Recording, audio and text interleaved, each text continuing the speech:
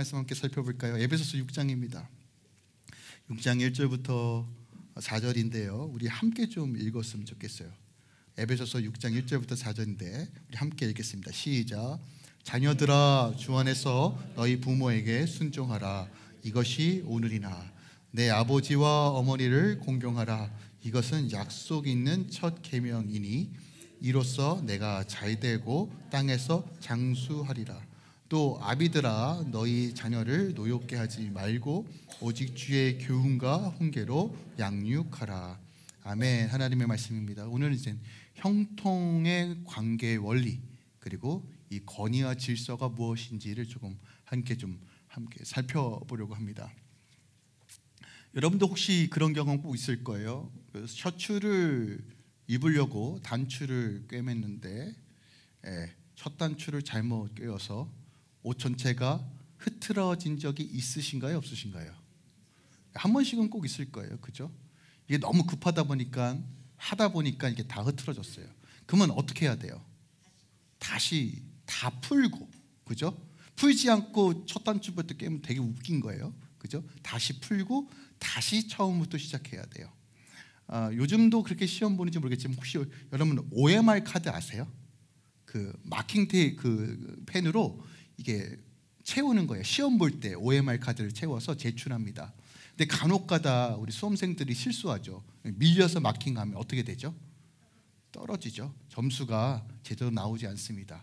근데 잘못 기재했는데 그냥 제출하는 학생들은 없겠죠. 만약에 그것이 잘못됐다고 하면 새로운 카드를 받아서 시간이 쫓기더라도 처음부터 다시 마킹을 할 것입니다. 그죠? 이거 누구나 다 알고 있는 거예요. 어떤 것을 근시안적인 관점에서 문제를 풀려고 하면 결국 똑같은 문제를 우리는 또 마주할 수밖에 없어요. 근원적인 문제, 첫 단추를 다시 시작하는 거, 이것이 어떻게 보면 우리가 문제를 해결하는 유일한 방식일 수도 있다는 것이에요. 우리가 살아가기 때문에, 사람들과 마주하기 때문에 우리는 그 가운데 늘 갈등을 경험하고, 또 갈등이 깊어지면 문제로 발전될 수밖에 없습니다. 우리의 가정도, 여러분의 삶의 일터도요, 누군가 타인과 관계를 맺기 때문에 갈등과 문제가 생겨요. 우리는요, 그래도 나 자신뿐만이 아니라 다른 사람들과 좀 소통하길 원해요. 그죠? 아무리 내성적인 사람이라도 다른 사람들과 트러블 있는 걸 그렇게 선호하는 사람은 별로 없을 겁니다. 소통하길 원해요. 그런데 우리가 겪고 있는 이 세상은 소통보다는 불통이 더 많은 것 같다는 것이에요. 그리고 나름대로 이 불통을 소통으로 조금 바꿔보려고 노력해도 어떻게 보면 문제가 잘 해결되지 않는 상황들을 마주하게 되죠. 그러다 보니까 사람들이 찾았던 방법이 뭐냐면, 이 문제는 시스템에 있는 거야, 세상에 있는 거야, 환경이 그런 거야, 정치가 그런 거야, 지도자 때문이야 라고 하는 방식으로 외부에서 그 원인을 찾으려고 하고, 외부를 바꾸고 세상을 바꿈으로써 내가 처한 문제를 해결하려고 한다는 것이에요. 내가 지금 겪고 있는 문제는 남 때문이야. 내가 보니까 우리 남편 때문이야. 내 자녀들 때문이야. 내가 돈이 없기 때문이야. 정치가 이래서 그래. 경제가 이래서 그래. 세상은 다 어려운데 그것 때문에 내가 지금 어렵고 이런 문제가 있는 것이야 라고 어떻게 보면 남 탓하는 것을 정당화시켜요. 마치 그것이 자신에게 좀 위로가 되는 것으로 생각한다는 것이에요. 근데 여러분 그거 아십니까? 남 탓하는 심리는요, 보통 이런 심리를 가지고 있어요. 나는 항상 옳은데 다른 사람들이 잘못됐다라는 인식이 깔려있는 행동이에요. 나는 항상 옳고 나는 괜찮은데 사람들이, 환경이 그런 것이다 라고 하는 것이에요. 오늘날 우리는 늘 이런 방식으로 살아요. 자신이 무엇이 문제인지, 어디서부터 고쳐야 되는지에 대한 관심은 없고 상황과 환경을 바꾸려고 합니다. 정치인들이 늘 하는 말이 있잖아요. 이것만 하면 행복해집니다. 저를 찍어주십시오. 이렇게 해야지만 유토피아가 옵니다. 지금 정치를 바꿔야 됩니다. 지금 시스템을 바꿔야 됩니다 라고 늘 외부적인 요소가 바꿔야 된다, 세상이 바뀌어야 된다라고 말해요. 그런데 그 결과가 뭐예요? 어떻게 살아갈수록 더 심한 갈등과 어려움만 겪는 것처럼 보이지 않습니까? 그게 지금 우리가 살고 있는 이 세상의 모습들이라는 것이에요. 여러분의 환경이 바뀌면 과연 여러분이 처했던 문제가 해결될까요? 잠깐은 해결될 수 있지만 결국 본질적인 문제 안에서 우리는 늘 갈등과 어려움을 겪는다는 것이에요. 마치 첫 단추를 잘못 끼웠음에도 불구하고 다른 방식으로 문제를 해결하라는 것과 같은 이치라는 것이에요. 근데 여러분, 성경은 전혀 다른 방식을 우리에게 제시합니다.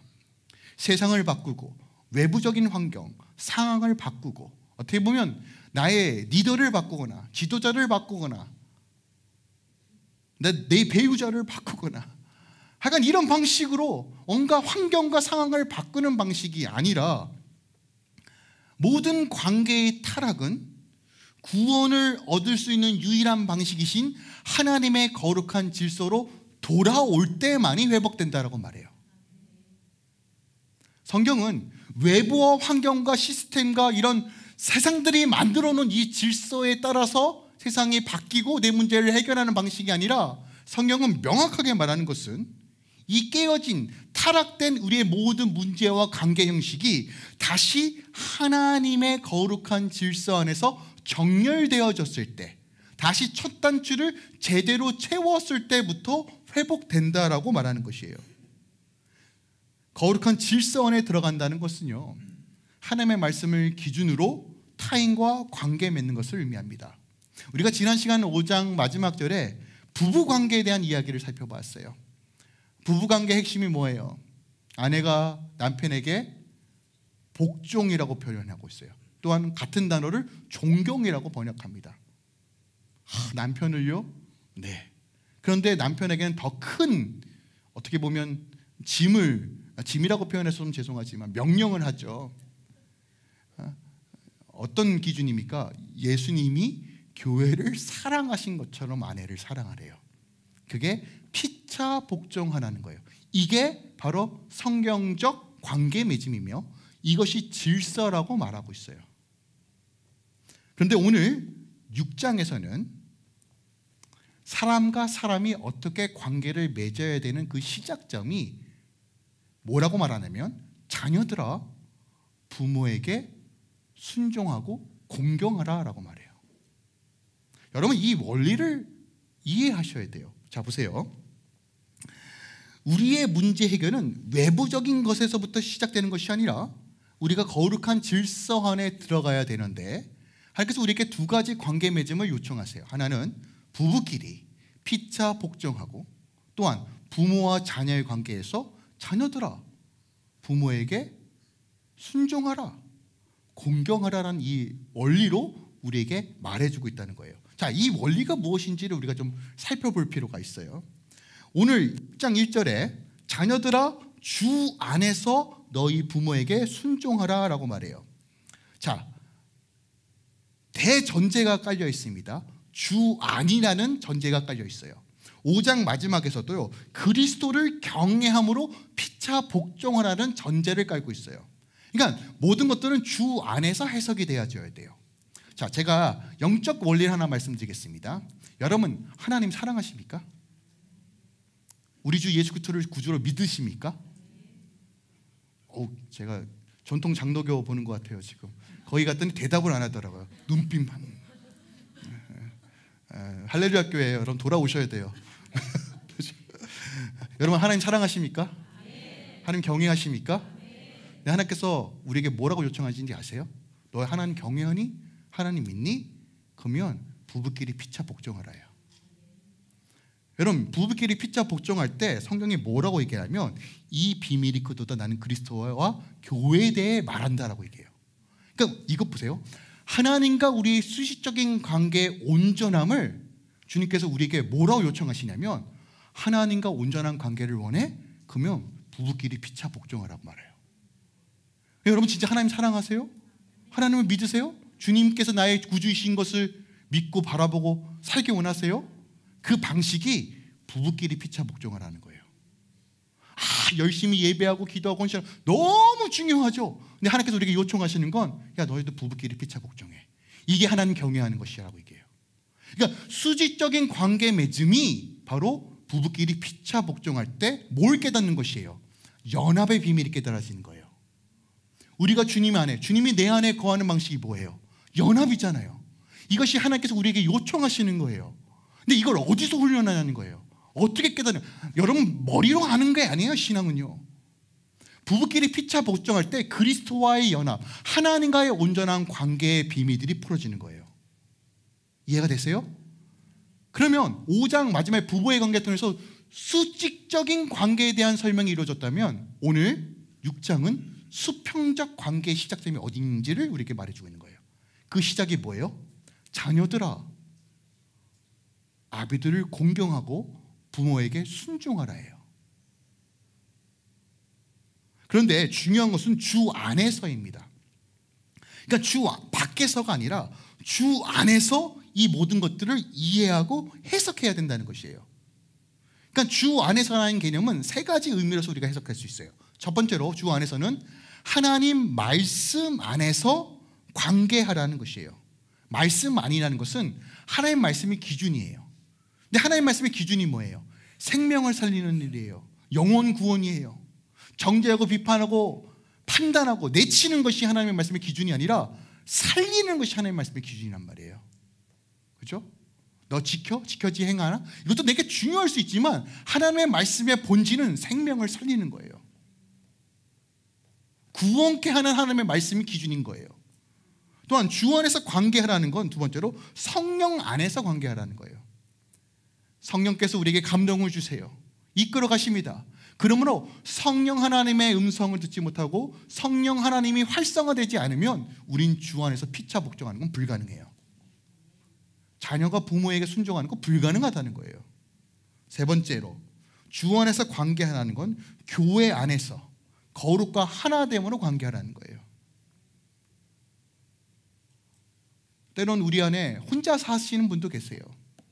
미리 배우자가 일찍이 하나님의 부르심을 받은 사람도 있습니다. 그러면 목사님 저는 남편과 아내가 없는데요. 교회 안에서 훈련하는 것이에요. 여러분 이게 이해가 되십니까? 그래서 주 안이라는 것은 이 전제가 늘 붙어야 돼요. 말씀 안에서, 성령 안에서, 그리고 우리가 교회 안에서라는 개념 안에서 우리가 어떻게 해요? 피차 복종하고 자녀들은 부모에게, 부모는 자녀에게 올바른 관계 맺음이 이루어져야 돼요. 여러분 주 안에서 벗어나면요 명령이 되고 권위주의가 되는 것이에요. 자, 근데 우리의 문제는 이거예요. 뭐냐면 하나님 말씀인 거 알겠는데 제가 순종하고 복종하고 경외해야 될 그 대상이 참 미덥고 부족해 보입니다요. 그죠? 남편을 사랑하고 존경해야 되는 남편 꼴을 보니까 사랑하고 존경할 꼴이 하나도 안 보이고 흠만 보이고, 아내를 사랑하고 싶은데 어휴 주여, 우리 자녀들은 부모를 공경하고 싶은데 부모가 참으로 공경할 대상이 아니에요. 맞죠? 여러분의 상사는 어떠십니까? 직장에서요. 여러분의 리더가 여러분의 성에 찹니까? 단점만 보이지 않아요? 저 인간은 어떻게 저렇게 살까? 내가 지금 돈만 아니면 내가 진짜 내가 뒤집어 엎는데, 이런 생각들 하시잖아요. 저만 하는 건 아니잖아요. 우리 인간인지나 사람이 참 긍정적인 것만 봐야 되는데 어떻게 보면 약점과 부족한 것만 보여요. 실질적으로 리더의 위치에 있는 사람이 자질이 부족한 것이 너무 많이 보이는 것이 현실이죠. 또한 부모임에도 불구하고 부모 역할을 못하는 부모가 더 많다는 것도 현실 아닙니까? 그러니까 이런 문제에 우리는 마주할 수밖에 없는 거예요. 대체 하나님 말씀에 순종해야 되긴 해야 되는데 이것이 원리라고 말하는데 납득이 안 된다. 우리 아빠만 아니었어도 내가 더 잘 될 텐데, 저 술정증이 내가 맨날 도박하고 여자만 따라다니는 우리 아버지 내가 아버지로 부르기도 힘들고, 이렇게 간증하시는 분 많잖아요. 그죠? 파탄난 가정에서 태어나서 고생한 자녀들, 리더를 만났는데 소위 얘기해서 개판이고, 내가 저 밑에서 일하는 내가 이 고생을 왜 해야 되나, 그냥 그만둬야지 라고 하면서 직장을 그만두시는 분도 많고, 그죠? 납득이 안 되는데 하나님께서 명확하게 말씀하시는 거예요. 여러분, 하나님의 원리는 질서 안에 있을 때 역사가 나타나는 거예요. 여러분, 훈련은 내가 납득이 된다고 해서 하는 것이 아닙니다. 믿음은 내가 납득이 되지 않아도 주의 말씀을 신뢰함으로 나아갈 때 믿음의 역사가 나타나는 거예요. 여러분, 부부관계는 창세기 2장 24절 말씀에 근거합니다. 창세기 2장 24절에 이러므로 남자가 부모를 따라 그의 아내와 합하여 둘이 한 몸을 이룰지니라 라는 거예요. 어떻게 하나 된다고요? 피차 복종할 때. 이것이 바로 하나님과 우리의 관계를 설명했다면, 여러분, 출애굽기 20장에는 십계명이 기록되어 있어요. 하나님께서 이스라엘 백성들에게 첫 번째로 준 율법, 기록된 말씀이 십계명인데, 십계명의 5계명이 뭐냐면 내 부모를 공경하라, 그리하면 내 하나님 여호와가 내게 준 땅에서 내 생명이 길리라. 오늘 에베소서 말씀과 동일한 말씀을 선포하는 거예요. 여러분, 5계명이 주는 의미와 위치를 알아야 돼요. 여러분, 10계명 다 외우시죠? 괜찮아요. 오늘부터 읽으시면 돼요. 네. 우리가 자꾸 이렇게 잊어먹잖아요. 괜찮아요. 그래서 다시 확인하고 또 보기도 하는 그런 재미가 있어야 되잖아요. 그렇죠? 괜찮아요. 못 외우셔도 돼요. 예전에 10계명 못 외우면 침례도 안 주고 세례도 안 줬는데, 할렐루야. 자, 5계명, 1계명부터 4계명까지는 하나님과 우리를 어떻게 관계 맺을 것인가에 대한 계명이에요. 그리고 수평적 관계 계명이 시작되는 것이 5계명입니다. 그게 무슨 얘기냐면요, 여러분, 모든 사람들의 관계 문제 그 핵심은 어디서부터 시작돼야 되냐면 부모와 자녀의 올바른 관계에서부터 시작돼야 한다는 거예요. 한 예로 한 청년이 저한테 상담을 해요. 목사님, 저는 왜 자꾸 여자친구가 없을까요? 혹은 여자친구랑 왜 자꾸 싸울까요? 그럼 우리는 보통 어떻게 상담해요? 그래, 마음이 참 어렵겠지. 근데 네가 문제가 있는 거 아닐까? 뭐 이렇게도 상담할 수 있을 것 같아요. 근데 여러분 기억하세요. 잘 들으세요. 모든 관계의 문제의 시작점이 어디라고요? 부모와 자녀예요. 내가 부모와의 관계가 온전하지 않으면 그 이후로 파생되는 모든 문제가 관계 문제라는 거예요. 지금 하나님께서 그거 말씀하시는 거예요. 여러분, 이게 이해가 되십니까? 그러면 성경적 근원적 문제가 뭐예요? 내 안에 자꾸 관계 트러블이 생겨요. 그러면 어떻게 이 문제를 해결해야 돼요? 부모와의 관계를 점검하셔야 되는 거예요. 여러분, 이 원리를 꼭 보셨으면 좋겠어요. 목사님, 저는 저희 부모님이 이미 하나님 나라 갔는데 어떻게 해요? 제가 주 안에서 어떻게 해석하라고 했어요? 교회 안에서, 공동체 안에서도 어르신들 있잖아요. 여러분, 이 원리를 꼭 기억하셔야 돼요. 외부적인 요소에서 문제 해결이 이루어지는 것이 아니라 하나님의 거룩한 질서 안에 우리가 하나둘씩 세워갈 때 내가 이해되지 않고 해석되지 않는 모든 관계 문제들의 회복이 시작되기 시작한다는 거예요. 자녀가 부모에게 순종할 때, 아버지에게 공경하며 나아갈 때 하나님의 약속이 이루어지는 것이에요. 오늘 에베소 6장 2절과 3절도 동일하게 말하죠. 내 아버지와 어머니를 공경하라. 여러분, 공경하라는 건 뭐냐면 단순하게 순종한다는 개념을 넘어서 가치를 부여한다는 뜻이에요. 존재론적으로 마음과 태도를 다하여 그 질서를 세워간다는 뜻이에요. 비록 내 부모가 내 성에 차지 않고 망나니처럼 보여도 하나님의 거룩한 질서 안에 주 안에서 공경하기 시작할 때 풀어지기 시작한다는 것이에요. 여러분, 이 원리가 왜 그런지 이해하셔야 돼요. 부모는요, 언약적 중보자의 역할을 감당합니다. 무슨 얘기냐면 하나님과 자녀를 연결해주는 중보자가 부모예요.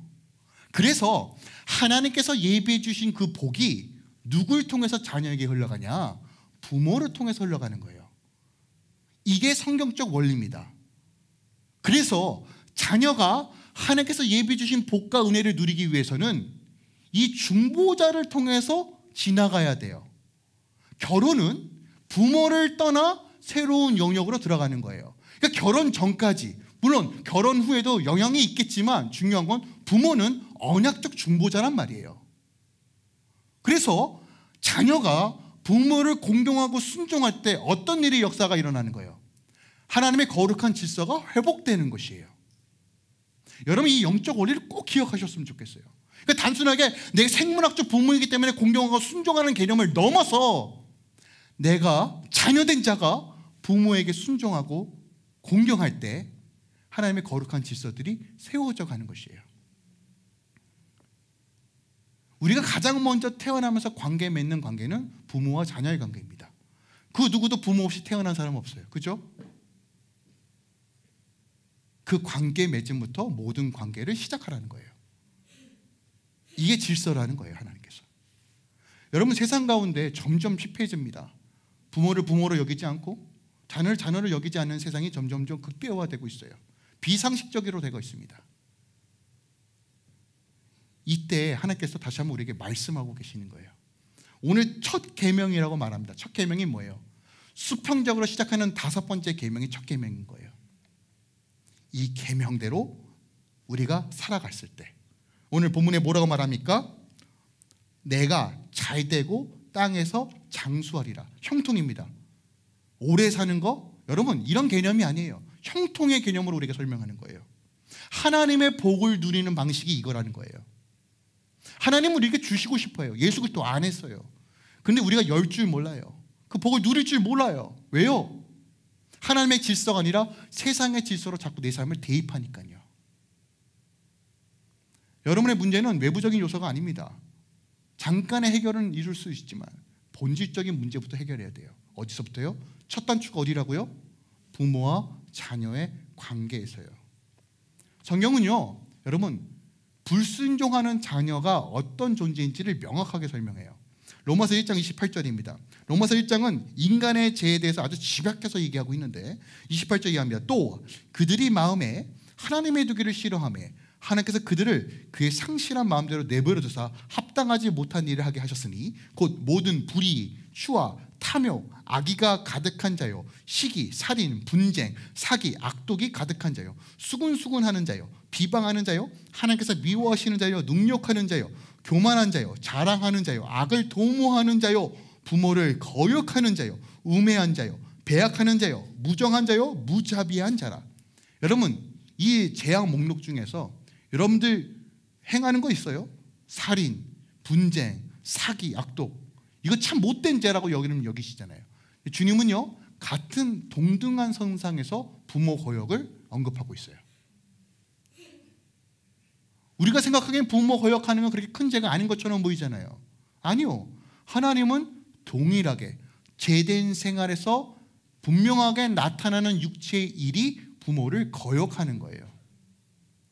그러니까 부모를 공경하고 아비를 말에 순종하지 않는 것이 거역하는 거잖아요. 여러분 기억하세요. 우리의 문제 해결은 세상의 방식으로 하는 것이 아닙니다. 이것이 세상과 우리가 구별된 삶이에요. 세상의 방식으로 자꾸 외부적인 문제만 해결하면 결국 똑같은 문제를 우리는 똑같이 고통과 갈등을 경험할 수밖에 없어요. 다시 말씀드립니다. 첫 단추를 다시 끄야 돼요. 어디서부터요? 모든 관계의 시작점이 어디예요? 부모와 자녀의 관계의 회복이에요. 우리는 부모이기 전에 먼저 자녀입니다. 그죠? 근데 여러분, 성경은 늘 한쪽만 얘기하지 않아요. 서로 피차 복종하라고 말해요. 자, 오늘 본문에 4절에 또 뭐라고 말합니까? 아비들아, 너희 자녀를 노엽게 하지 말고. 우리 자녀들이 자주 사용하는 말이에요. 엄마, 나 노엽게 하지 마. 나 지금 화가 올라오고 있어. 폭발하기 일보 직전이야. 그러죠? 이게 또 무슨 의미인지를 알아야 돼요. 그죠? 여러분, 노엽게 한다는 게 뭘까요? 노엽게 해요. 특별하게 여러분 이 구절을 잘 보셔야 돼요. 아비들아라고 얘기해요. 부모라고 얘기하지 않고 아비들이래요. 왜 그럴까요? 영적인 권한이 먼저 아비에게 있다는 말이에요. 그러면 뭐예요? 저는 아비가 아니니까 전 해당 사항이 안 되네요. 그렇게 또 이해하시면 또 안 돼요. 그죠? 그러니까 자꾸 성경을 자기가 원하는 대로 해석하시면 안 돼요. 근데 우선순위는 아비에게 있다는 건 맞아요. 근데 우리가 가정 안에서 꼭 아버지만 아비가 될 일은 요즘 없는 것 같아요. 그죠? 또 어머니가 아비의 역할을 하시는 분도 계세요. 그러니까 부모라고 좀 우리가 이해하면 좀 편할 것 같아요. 그런데 노엽게 하지 말래요. 여러분, 노엽게 하다는 건 이런 거예요. 순간적인 감정이 올라올 수 있지만, 그죠? 왜 사람이지나 올라올 수 있잖아요. 근데 그 단계가 아니라 이것이 원한이 되고 분노가 되어서 대적하는 단계까지 가는 것이 노엽게 하는 것이에요. 그러니까 부모에게 요청하는 거예요. 자녀들이 분노에 힘싸여서 부모들을 원망하고 저주하는 단계까지 가지 않도록 하라는 것이에요. 그것이 하나님의 거룩한 질서들을 파괴한다는 것이에요. 그러니까 자녀들이 부모에게 실망하여 원망과 분노를 쏟아내어서 저주하는 단계까지 가지 않도록 자녀들을 노엽게 하지 말라는 것이에요. 그러면 우리가 생각해 봐야 돼요. 왜 자녀들이 노여워할까요? 부모에게요. 용돈을 안 줘서? 그런 수준이 아니라는 거예요. 원인을 보셔야 돼요. 원인. 자, 오늘 본문에 뭐라고 얘기하냐면 오직 주의 교훈과 뭐예요? 주의 교훈으로 가르치지 않았기 때문에 자녀들이 노여워한다는 거예요. 이해가 되십니까? 그러니까 내가 주의 교훈으로 자녀들을 양육하지 않았기 때문에 자녀들이 노여워한다는 거예요. 그렇다면 우리가 주의 교훈으로 자녀들을 양육하기 위해서는 어떻게 해야 될까요? 야, 너 말씀 봐, 성경 읽어, 너 예배 빠지면 안 되지. 이게 교훈일까요? 아니에요. 내가 주의 삶을 살 때 교훈이 되는 거예요. 그러니까 아비들이 부부가 피차폭정도 안 하면서 야, 너 내 말에 순종해야지. 들어요, 안 들어요? 설득력이 너무 없잖아요. 부모의 삶 가운데 하나님의 경외함이 안 보이는데 야, 말씀이잖아. 순종해, 복종해. 이게 설득력이 있어요, 없어요? 세상 전체에 이렇게 설득력 없는 말이 어디 있어요? 근데 이상한 교회 안에서만 이것만 합리화시켜요. 말씀이잖아. 가정 예배. 너 왜 기도 안 해? 하도 너무 어마하니까. 예전에 우리 학생들 중에 하나가 집에서 제발 가정 예배 드리지 않는 게 소원이래요. 난 지금 그런 기도 제목도 처음 봤어요. 집에 저녁 6시만 되면 다 모여서 주여 말씀 읽어 기도하고, 겉으로 보면 굉장히 거룩해 보이는데 아이들이 아주 그냥 경악해요. 심지어 예배를 안 드리면 때린대요. 그러면 그 아이들은 예배를 뭐라고 인식할까요? 맡기 싫어서 드리는 것이라 생각해요. 여러분, 이게 주의 교훈일까요? 우리 이거 알잖아요. 내 삶이 하나님의 것으로 채워질 때, 세상의 방식, 욕망을 따라 관계 맺는 방식이 아니라 남편과 아내를 볼 때 내 욕망을 채우기 위한 도구로서 상대방을 보는 것이 아니라, 내가 이웃과 관계 맺는 방식이 욕망을 채우고 내 이익을 위해서 채우는 방식이 아니라 주님께서 자신의 몸을 치심으로 주님께서 그리 하신 것처럼 내가 관계 맺음으로 이뤄갈 때 자녀들은 그걸 보는 거예요. 여러분, 권위에 순종하고 질서 안에 거하는 방식을 어디서 배웁니까? 학교에서요? 우리 군대에서요? 아니요. 부모에게서 배우지 않으면 자녀들은 배울 수 없습니다. 그게 하나님께서 정해놓으신 원리예요. 부모가 거룩한 질서 안에 거하지 않고 주의 교훈으로 가르치지 않으면 우리 자녀들은 결탄코 배울 수 없습니다. 배우지 못하니까 하나님을 경외하는 것, 그 질서 안에 거하는 가치도 모르는 겁니다. 여러분, 믿음의 유업이 뭐예요? 예수 잘 믿는 거죠. 그 잘 믿는 게 뭐예요? 내 삶에서 예수가 드러나야 돼요. 그게 주의 교훈으로 가르치는 거예요. 혼탁하고 무질서 속에서 자녀들이 권위와 질서 안에 거하는 방식은 부모로부터 배워야 해요. 여러분, 다른 데 의탁하지 마세요. 그게 부모의 책임이고 부모의 위치입니다. 왜요? 부모는 중보자라서 그래요. 근데 여러분이 중보자의 위치를 버리면 우리 자녀들은 결탄코 거룩한 질서가 뭔지도 경험하지 못합니다. 그러면서 왜 우리 아이는 왜 이렇게 엇나가요? 하지 마세요. 제가 유수사역 오래 하면서 내린 결론이에요. 자녀 문제는 다 아비들 탓입니다. 부모 탓이에요. 물론 특수한 상황도 있을 수 있겠죠. 어떤 질병적인 요인도 있겠죠. 그래도 저는 부모 탓이에요.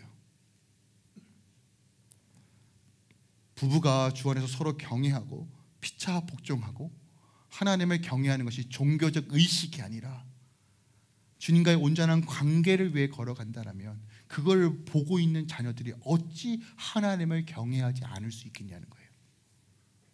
물론 한돈 팔고 나갈 수 있어요.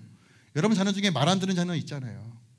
그렇게 예배 나오라고 해도 안 나오고 안 나오죠. 네, 여러분 기억하세요. 그들의 인식과 삶 속에 부모의 모습이 새겨져 있어요. 그리고 그들이 결국 문제 가운데 하나님을 목도할 때 부모를 통해서 배웠던 하나님의 경외함을 회복하게 될 거예요. 인간은요, 어려움을 처하지 않으면 하나님의 그 복되심과 은혜를 경험하지 못해요. 그래서 사고 안 치고 우리 자녀들이 잘 큰다 한번 점검해 보셔야 돼요. 아이들은 좀 사고를 쳐야 돼요. 문제가 좀 있어 보여야지만 주님 만나는 거예요.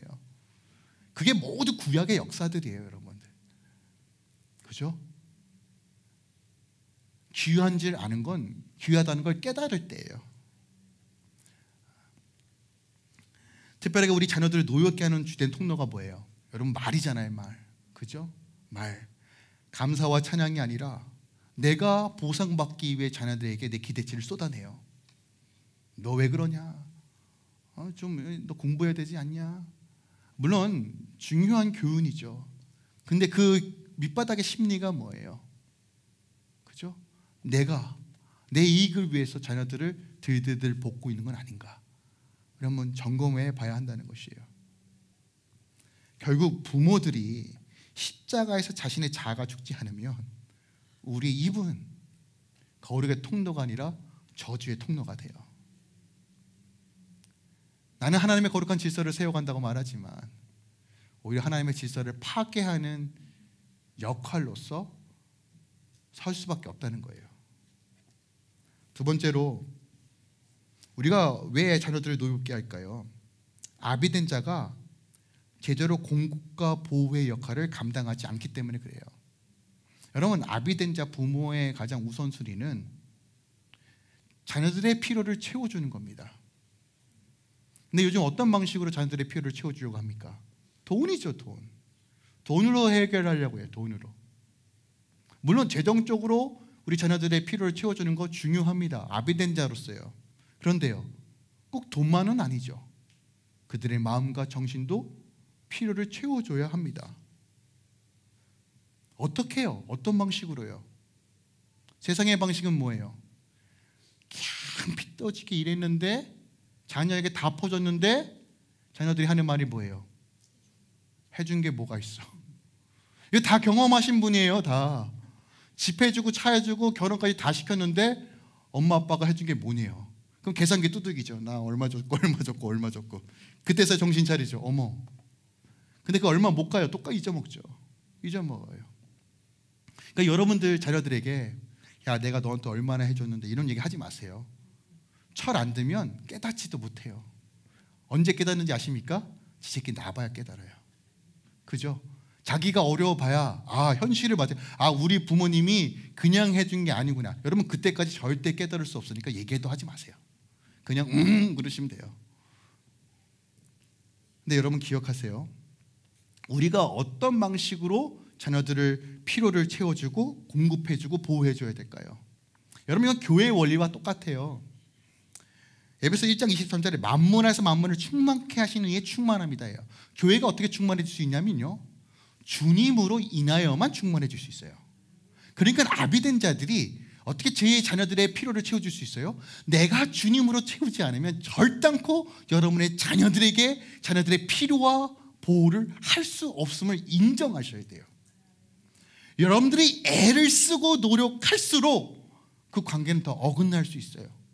돈의 원리로 더 잘 살면, 더 풍요로우면 우리 아이들의 필요를 채워줄 거야?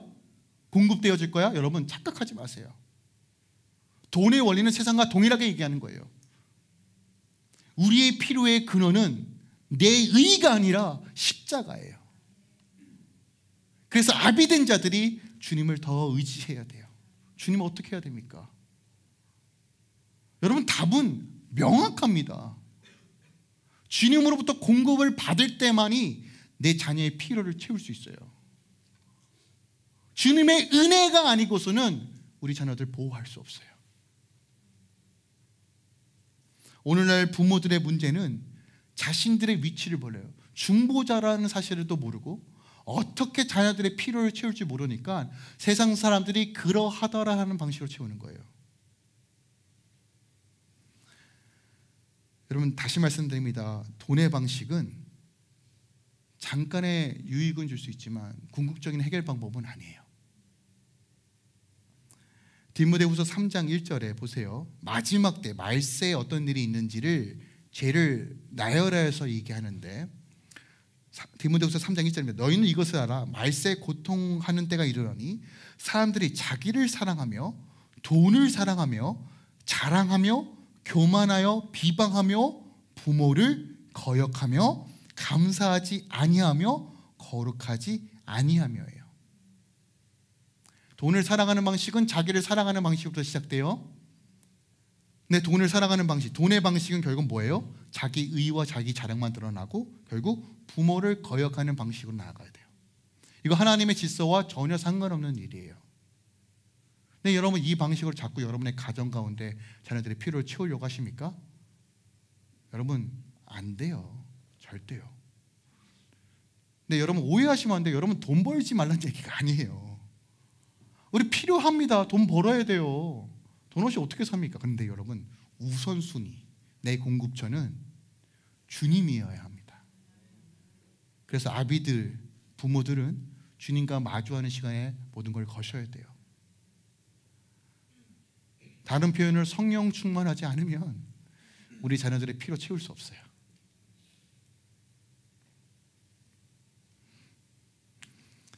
마지막 때의 그리스도인 가정과 불신자의 가정을 어떻게 구별할 수 있을까요?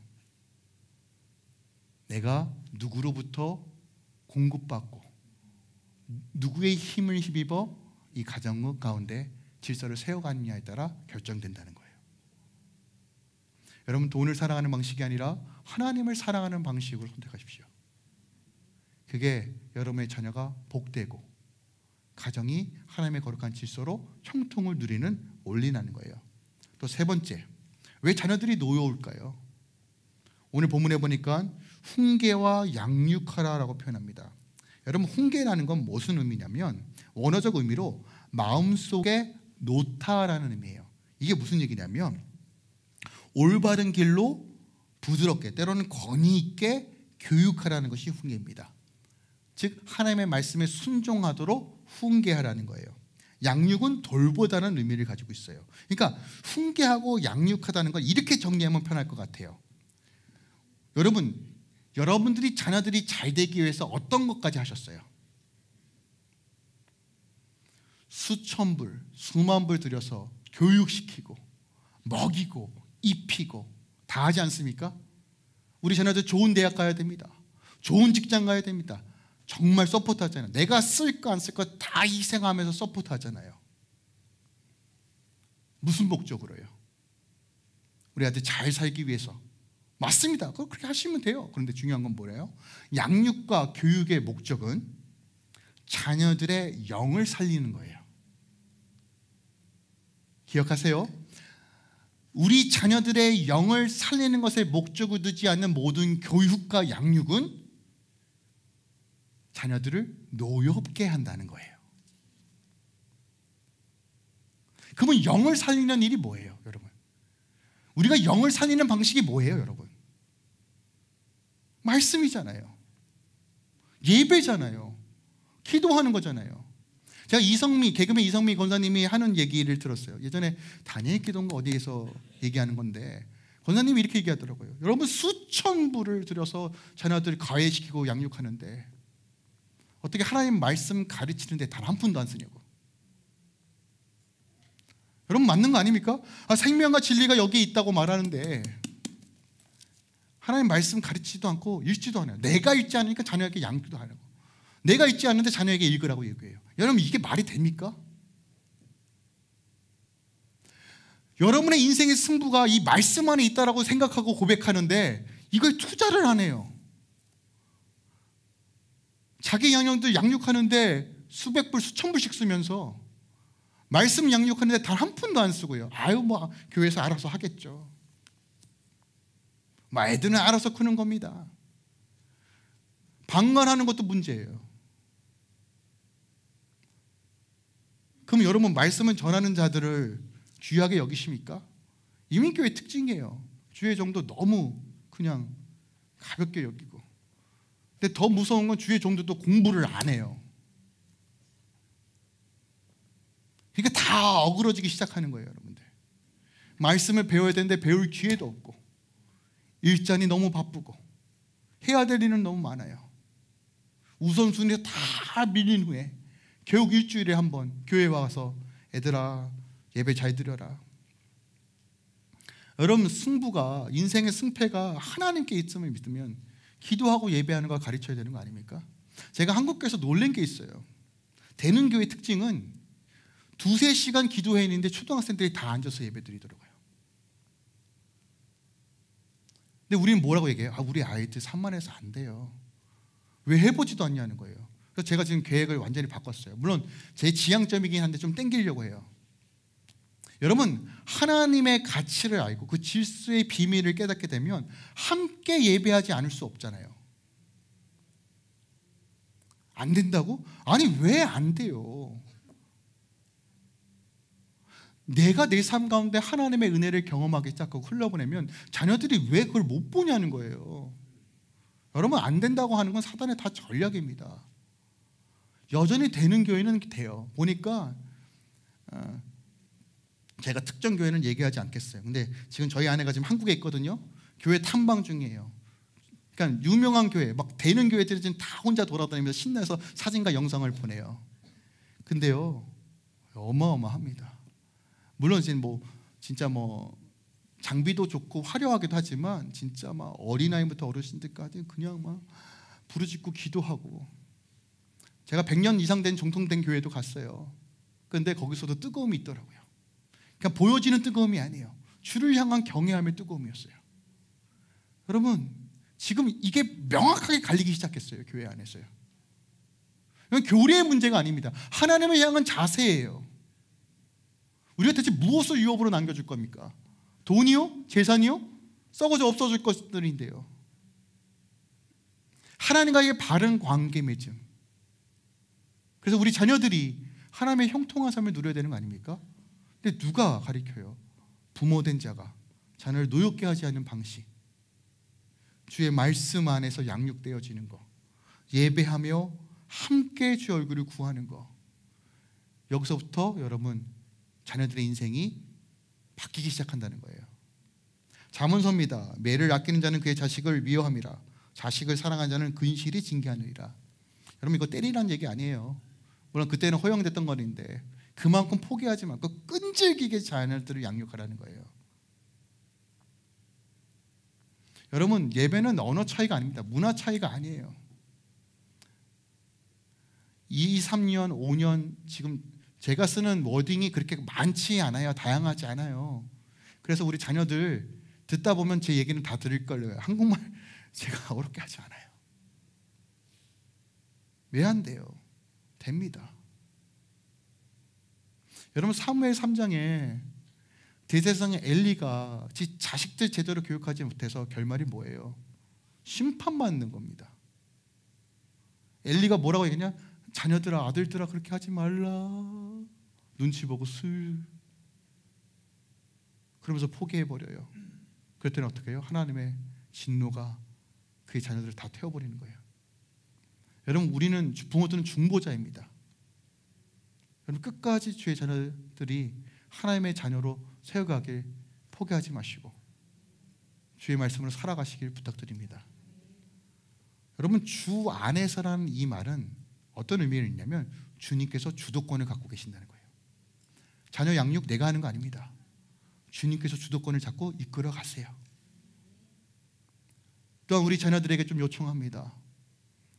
여러분의 삶의 관계의 해결을 원하십니까? 부모에게 순종하십시오. 부모를 공경하십시오. 거기서부터 여러분의 모든 관계가 풀어질 것입니다. 잘못 끼운 단추는 다시 다 풀어서 제대로 채워야 합니다. 이게 회개이고 이게 돌이킴입니다. 하나님을 가까이 하고 하나님과 온전한 관계를 맺을 때 여러분들이 매어있고 끊어졌던 모든 관계들의 회복의 시작들이 이루어질 것입니다. 문제 해결은 여기서부터입니다. 거룩한 질서를 세워가시고 하나님의 복을 누리는 한 주 되시길 예수 그리스도로 축원드립니다.